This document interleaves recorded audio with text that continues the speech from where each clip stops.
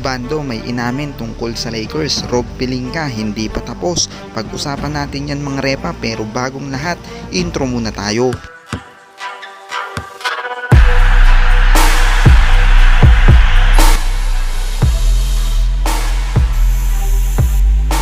Contract extension nga ang natanggap ni Bando mula dito sa Los Angeles Lakers, kung saan maraming Laker fan ang natuwa. Pero ganun pa man, may inamin nga itong si Bando sa isang interview. Ibang-iba nga daw ang kanyang pakiramdam simula nung maglaro siya sa Lakers kumpara sa mga dati niyang kupunan. Dito nga daw siya ay mas nakilala at nabigyan daw siya ng exposure.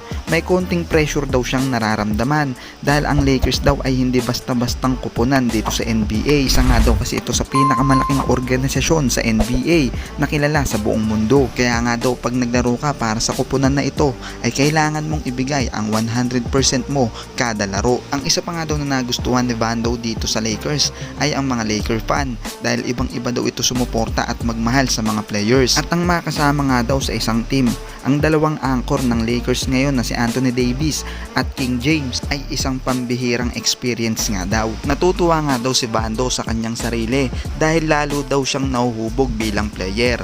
Makasama pa daw ang isang LeBron James na may kakaibang leadership. Sa mga knowledge nga daw na itinuturo at isinisalin sa kanila ni LeBron ay talagang isinasa ulo niya dahil sa tinatakbo daw ng karir ngayon ni Bando ay ang mga salita ni LeBron James ay magagamit niya in the future. Dito natin masasabi mga repa na mataas talaga ang respeto ni Bando dito kay King James.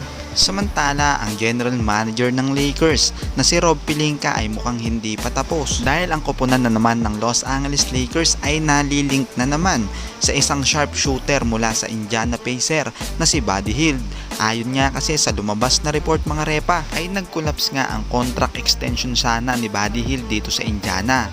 Nakipag-usap na rin si Hield na posible siyang mag-request ng trade dito sa koponan at ang koponan na naman ng Lakers ang nalink sa posibleng next destination nitong si Buddy Hield. Ang rumors ng Lakers at ni Hield ay matagal na talagang napag-uusapan, way back 2021 pa lamang. Pero sa roster nga na meron ngayon ang LA ay mukhang hindi na nila kailangan ang sharpshooter na ito. Ganun pa man ay nakadepende na lang ang lahat sa magiging performance ng bawat player ng Los Angeles Lakers. Dahil kung meron isang player dito na hindi fit o hindi tugma ang playing style sa sistema ng Lakers ay posible na namang mabuhay ang rumors sa pagitan ng LA at nitong si Buddy Hield. Pero kayo mga repa, anong masasabi nyo sa ating video ngayon? At kung nagustuhan mo ang ating NBA update ay baka pwedeng makahingi ng isang subscribe at follow man rin ang ating Facebook page. Maraming salamat.